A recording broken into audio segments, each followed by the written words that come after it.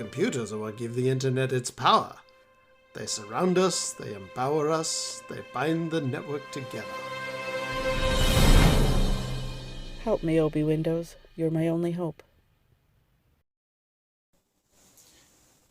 Hello there.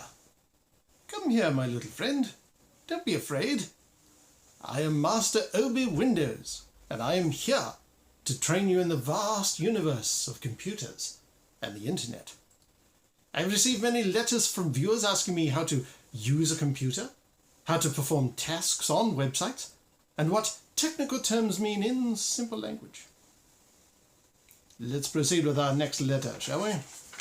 Governor Bubble asks, Dear Obi-Windows, occasionally I have difficulty typing in my password, and someone told me I likely have something called caps lock turned on. What is that? And how do I switch it off? Governor Bubble, this is a common trouble, particularly when entering a password. You will forgive the observation, but you appear to be in my age group and were around during the time of typewriters.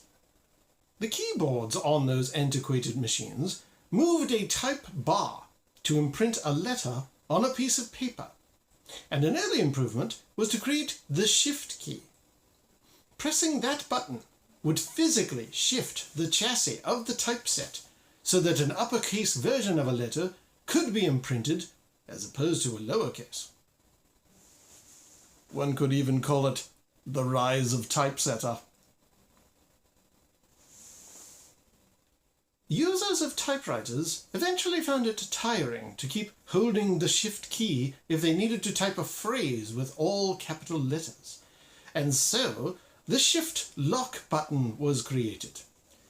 Pressing that once would hold and lock the typeset chassis in place so that all letters would be in capitals until the shift lock was released. When computer keyboards were invented, they followed the typewriter model, and quickly the shift lock button soon became renamed as caps lock. However, it performs the same function.